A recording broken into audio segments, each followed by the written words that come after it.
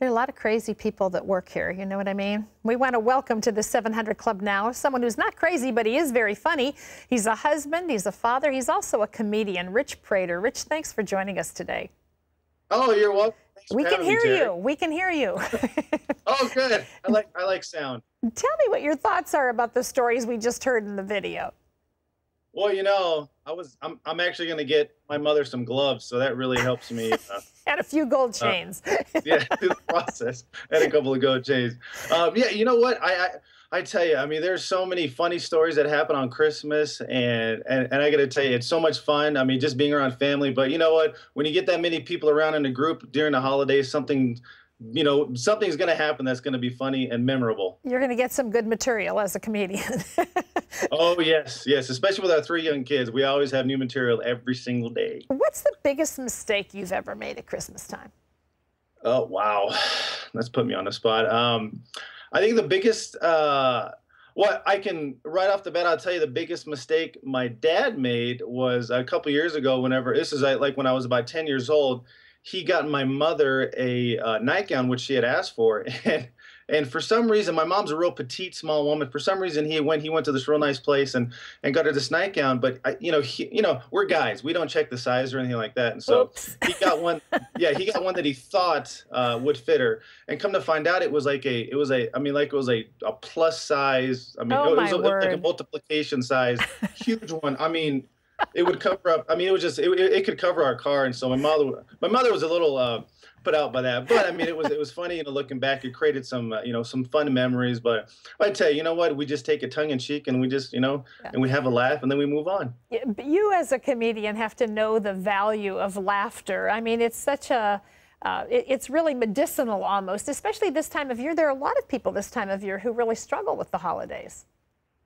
Oh, sure. It's a time when everyone's, there's a lot of people that are alone, or maybe they just lost a loved one, or, just because of the state of the economy, maybe they, don't have as much as they had last year or the year before. And so it's one of those things where, like right now, it's a tough time. And, Christmas, as you know, is one of the hardest times emotionally for people, who don't have a lot. And so, I would just say, this is a time whenever, I know, it's probably one of those things where you're lonely or you're, depressed and like that. But this is the time when you can actually build your relationship with God. I mean, you just turn to Jesus and go, Jesus, I'm really struggling during this time. I just want to put all my faith in you, and I just want to, I just want to worship you and just really come back to the idea that, what Christmas is all about. It's about celebrating the birth of our Lord. Make it about him, right. Exactly. Do men and women handle the holidays differently, do you think?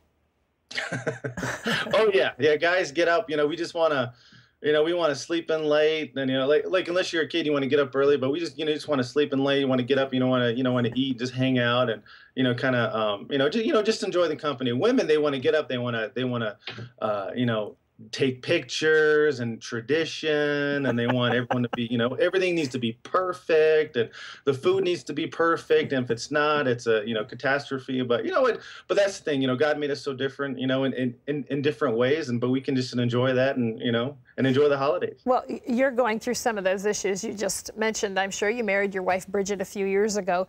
How about any advice for single people on how to survive Christmas?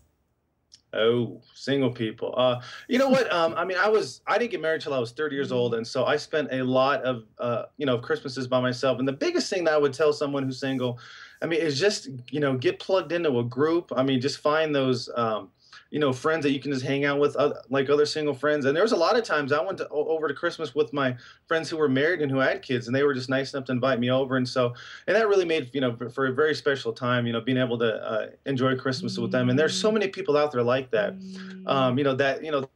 they would just love to open up their home to people like that. And so, just get plugged into the church and, build those relationships. And Christmas should be a time of just hanging out, family time, and being together. It should never be a time of someone being depressed and lonely, because there's so many people out there that, we can all just, just like the commandment says, love your neighbor. What better way to love your neighbor is being able to just invite someone over to your home for a meal and hang out with them and enjoy the day. Yeah. But what about avoiding some of the drama that can happen when families get together over the holiday? Lots of times that's a whole equation that doesn't happen often during the year. How do you avoid that? Oh, well, we don't invite our in-laws anymore to our house after the last Christmas. Um, That might be a good rule of thumb generally, yes? yeah, you know what? I would just say, you know what? I mean, you just gotta. I mean, nothing will ever go well. I mean, let's just get that in, into our Christmas tradition. Is that it's never going to turn out right. I mean, it almost always never does. And so I would just say, you know what? Have your traditions. Have the people over you want to come over. But I mean, it's one of those things where you just gotta. Just go with the flow. When I look back on all my Christmases, I don't remember the traditions or not so much the presents or the food. I remember hanging out with my family, Yeah. with my friends, being with the people, that I loved. And that's the most important thing is are you going to make that a special day for for your family where they're going to be like, oh, this is a great time, or is it going to be a depressing time like, oh, the tree fell down on the dog, and so I'm not, So maybe anticipate joy a little more and lower the expectation of nirvana. Right? Yeah, exactly. Just remove nirvana out of the equation and That's exactly right. focus on your family. Well, what's next for you? Well, you know what? We're right now we're just plugging away. We're going every weekend to all across the U.S. Performing, and we're working on a couple of movies as well. So Wow. we just want to be able to bring some really funny, really faith-based movies to the screen, and that's a big project we're working on right now because there's so much garbage in Hollywood right now. Boy, that's true. And That's so we just wonderful want to hear, Rich, because, I think with some of the good movies that have come out, really family-oriented movies, attendance has shown that there's a market for that. And so you go. We'll be right behind you. Well, hopefully, yeah. I'll let you guys know when it's out. And then That'd you be guys great. can take a look at it. That'd be great. Well, to hear more from Rich, go to 700clubinteractive.com. Rich, thank you so much for being with us today, and Merry Christmas. You too, Terry. You have a good Christmas as well. Thank you. Bless you. Well, coming up, a busy wife and mother changes the lives of women all over the world. Find out how right after this.